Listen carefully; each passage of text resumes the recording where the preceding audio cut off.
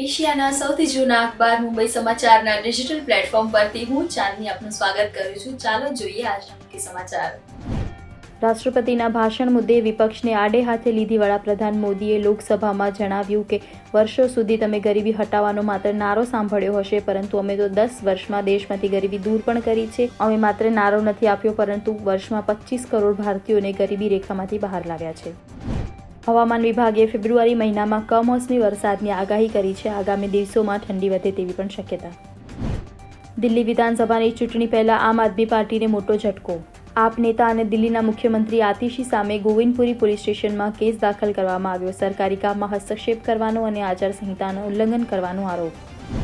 ગુજરાતના અંબાજીમાં શ્રી 51 શક્તિપીઠ પરિક્રમા મહોત્સવનું 9 થી 11 ફેબ્રુઆરીના આયોજન. માઈ ભક્તિમાં જોવા મળશે ઉત્સાહ. આયોજન સંદર્ભે જિલ્લા કલેક્ટર દ્વારા સમીક્ષા બેઠક યોજાઈ. મધ્યપ્રદેશના ક્રુનો ખાતે 2 ચિત્તાના બચ્ચાનો જન્મ.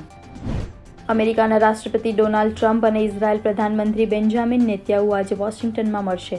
આ બેઠકમાં બંધકોની મુક્તિ માટે ઇઝરાયેલ અને હમાસ વચ્ચે યુદ્ધ વિરામનો સમયગાળો લંબાવવા અંગે વાતચીત પણ થશે.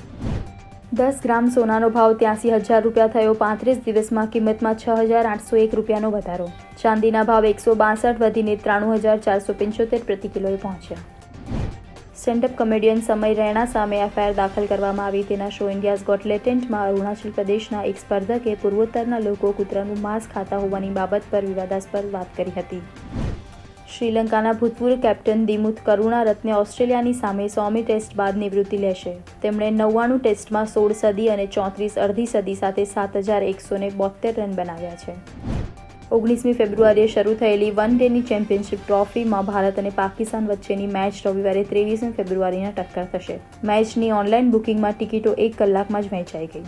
આવા જ માહિતીસભર વિડીયોઝ માટે જોતા રહો મુંબઈ સમાચારનું ડિજિટલ માધ્યમ.